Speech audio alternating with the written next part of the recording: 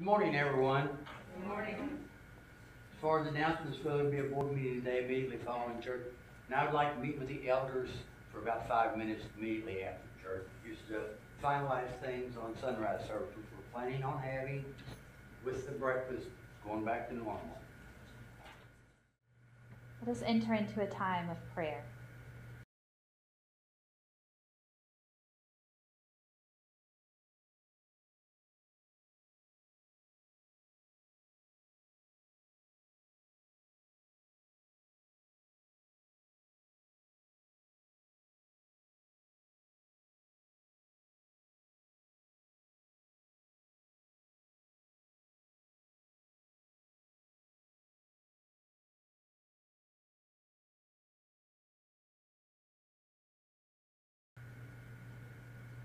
God of creation, you who made all that we can see and all that we can't, and declared it very good. We who are made in your image come before you to worship you, to lift up your name and to praise you, not just for making us and for the lives that you have given us, but also for the incredible creation for which you have given us responsibility. Oh God, thank you for giving us all that we need to thrive. Thank you for giving us all that we need to understand beauty and goodness. Thank you for giving us all we need to know that we are to stand and bow and humble ourselves in awe of you.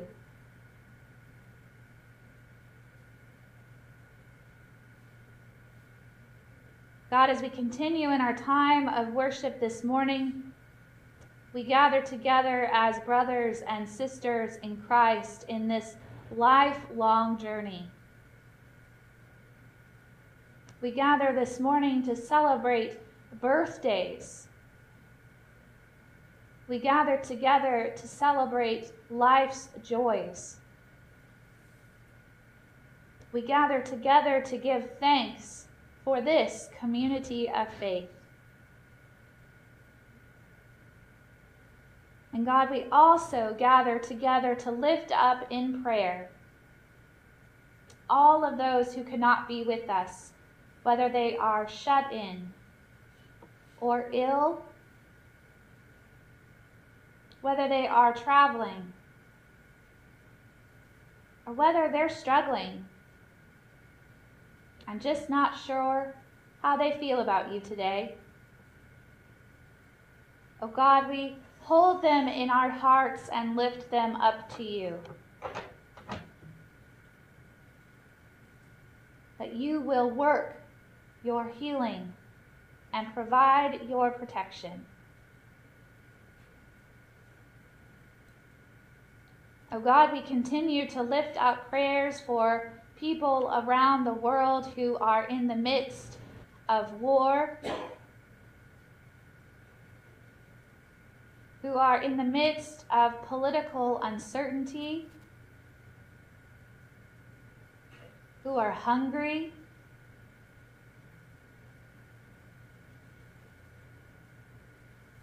oh God, may our generosity in offering our gifts be used to bring hope and light to them.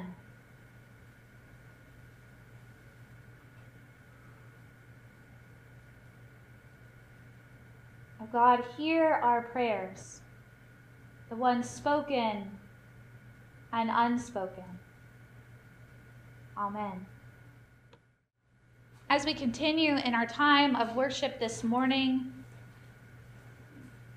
we come to a time in which we can offer our thanksgiving to God. in which we can offer over gifts to God that can be used to share the good news here in our community and around the world. So let us bring forth our gifts in thanksgiving for all that God has done for us. Almighty God, we give thanks for these gifts that have been brought forth. May you bless them. May they multiply. And may they be used to share your good news, near and far. Amen. As we gather around the table this morning, I invite us to hear these words from the Kentucky poet Wendell Berry. When despair for the world grows in me, and I wake in the night at the least sound, in fear of what my life and my children's lives may be, I go and lie down where the wood drake rests in his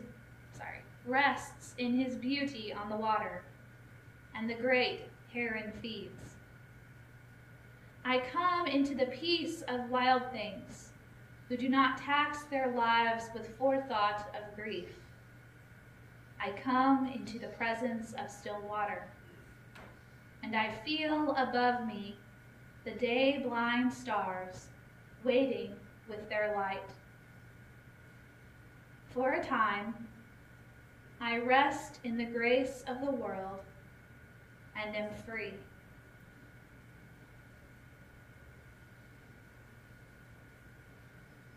This morning, we may not be a church in the wild wood where we are underneath the day-blind stars or resting beside still waters, but we do come to this table to rest. And as we come to this table to rest, we come and also share in a meal together where we are free to eat and to drink and to grow strong for the week ahead.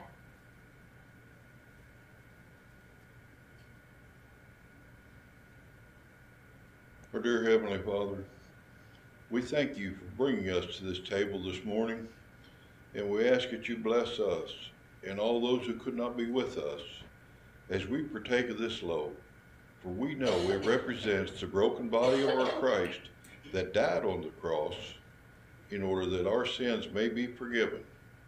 In his precious name we pray. Amen. And so as we gather around the table and recall that on the night when Jesus was betrayed, he gathered with his disciples in an upper room, and he took a loaf of bread and he blessed it, and he broke it, and he gave it to each one of them, saying, "Take and eat. This is my body broken for you." Let us pray. Most gracious Heavenly Father, we're again thankful for this day. We're especially thankful for the opportunity we have to come around this table to take of this cup, which is symbolic of Christ's spilled blood, to give up his life on earth so that we may have life and have everlasting. Father, we ask that we take of this cup, that you will help us to realize this great blessing that we've received, that you will make us a more willing servant to you. These things we ask in Christ's name. Amen. Likewise, after supper, when Jesus had taken a cup and poured it out, he blessed it and he gave it to them, saying, "Take and drink. This is the cup of the new covenant poured out for the forgiveness of sins. Whenever you gather together and eat of this bread and drink of this cup, do so in remembrance of me."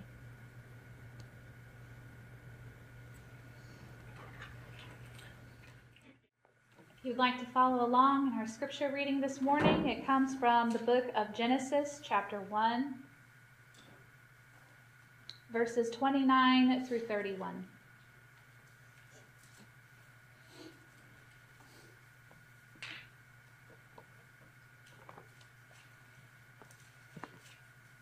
God said, "See, I have given you every plant yielding seed that is upon the face of all the earth, and every tree with seed in its fruit, you shall have them for food. And to every beast of the earth, and to every bird of the air, and to everything that creeps on the earth, everything that has the breath of life, I have given every green plant for food." And it was so.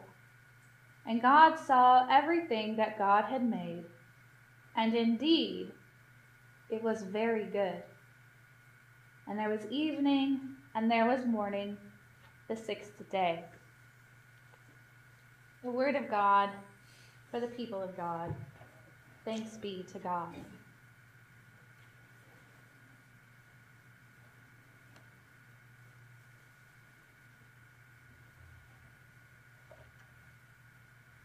Cecil Francis Alexander wrote the poem that would be made into a well-known and beloved Christian hymn when the tune "All Things Bright and Beautiful" was then composed by William Monk in 1887.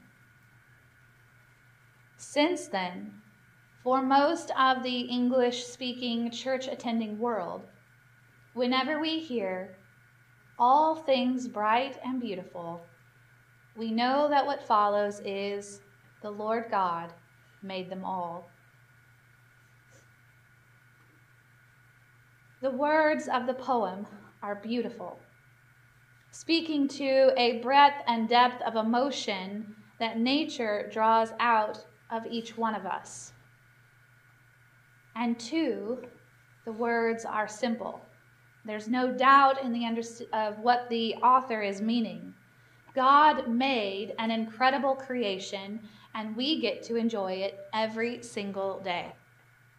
And not only do we get to enjoy it, but we have the joy then of celebrating its beauty and sharing it with others. Now, some of you know that throughout these 40 days of gratitude, I've been posting on Facebook every morning something that I'm grateful for. And yesterday morning, when I woke up and there was snow on the ground and below freezing temperatures, I had a really hard time being grateful. Just the day before, it was pretty warm outside and there were daffodils starting to come up. And then a week ago, we heard a symphony of peeper frogs out behind our place, singing in the warm spring rain. Even the grass was starting to get green. And then I was really annoyed. Snow and cold and the loss of daffodils. I almost missed out on appreciating the simple beauty of creeks that surround my part of the world. Even as I began collecting my thoughts to put them on paper last night, the sun was setting behind the trees, behind the hills, and the birds were singing. The Lord God made it all.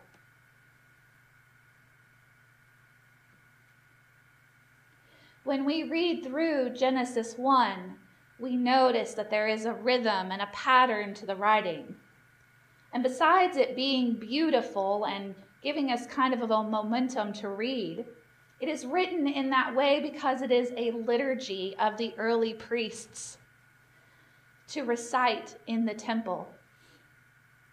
But beyond this pattern of writing, the phrase that sticks out to me that is repeated again and again is, "And God saw that it was good."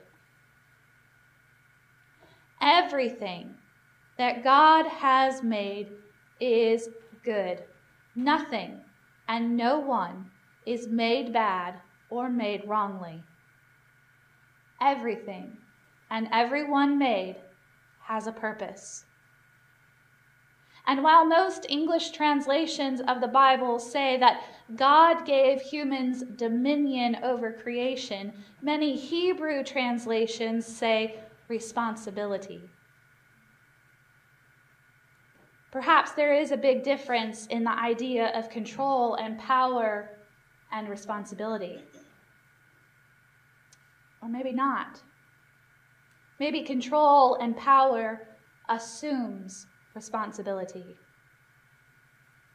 Either way, even humanity was created very good and given a job to do. One of the reasons that church camp is beloved by so many is that for a few days, or maybe even an entire week, adults and youth alike unplug from life and immerse themselves in nature. Phones and tablets are powered down and tucked away, left behind. No television, maybe a radio because you need some tunes to wake up in the morning. But night and day, whether it's in the heat, in the cool breeze, in the shade of trees, games are played, friends are made, worship is held, and lives are made new. One camp for upcoming high school freshmen is called Created to Be Me Camp, or more commonly known as AIDERS. This camp is designed to help young people entering a major transition time of life build themselves up in the knowledge that they were created by God just as they are, and that God made them very good. And to remember that no matter what questions they are asking themselves or about the world around them, nothing can separate them from the love of God. While this camp is a powerful experience for campers, it's just as powerful and meaningful for the counselors. Adults need to be reminded that they are made very good. And at camp, when you are unplugged from life, it is easier to experience gratitude. Far fewer distractions.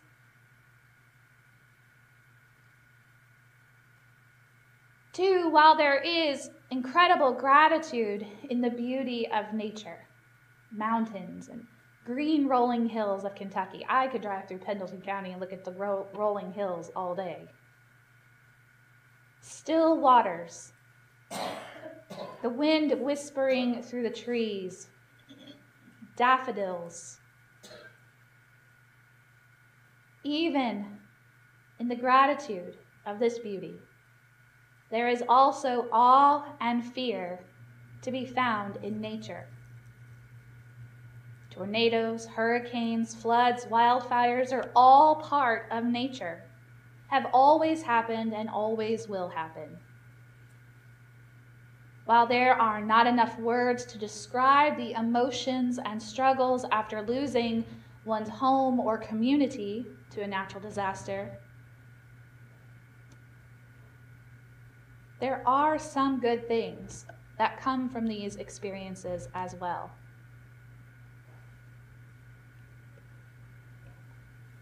In the aftermath of tornadoes and floods, strangers start showing up to carry out your belongings and salvage with you what they can.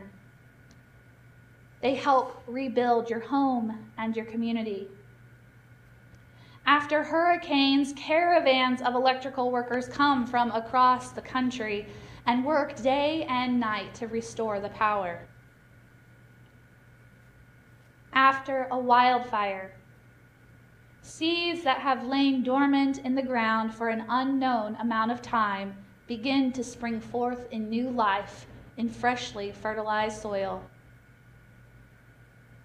And even in the winter and snow, it's their job to give the earth time to rest, time to store up needed water for the growing season and the heat to come. It's not always apparent to us for what we can be grateful for. And part of that is because we take so much for granted. Again, I'm preaching to myself. We take so much for granted that we become blind to the beauty of nature all around us. So now, as we continue in practicing our 40 days of gratitude this Lenten season, let's take a few moments and be intentional in our gratitude for God's creation. So get comfortable, relax your body, and call to mind a memory or an image of nature that makes you smile. Maybe it's a memory of seeing an elephant for the first time, or watching a deer in your yard. Maybe it's taking a walk and noticing worms on the sidewalk, or blooming flowers. Maybe it's a memory of a fishing trip and enjoying the calm of the water. Whatever the image that comes to mind, let's sit with it for a moment.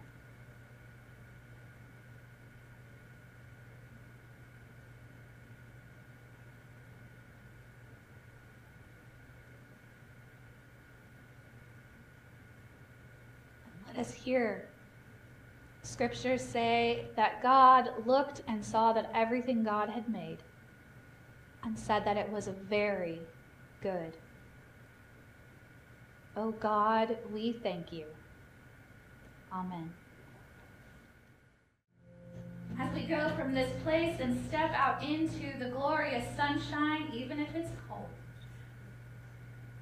we go with gratitude for the beauty and the grandeur of all that God has created, including ourselves, and know that it was all made very good.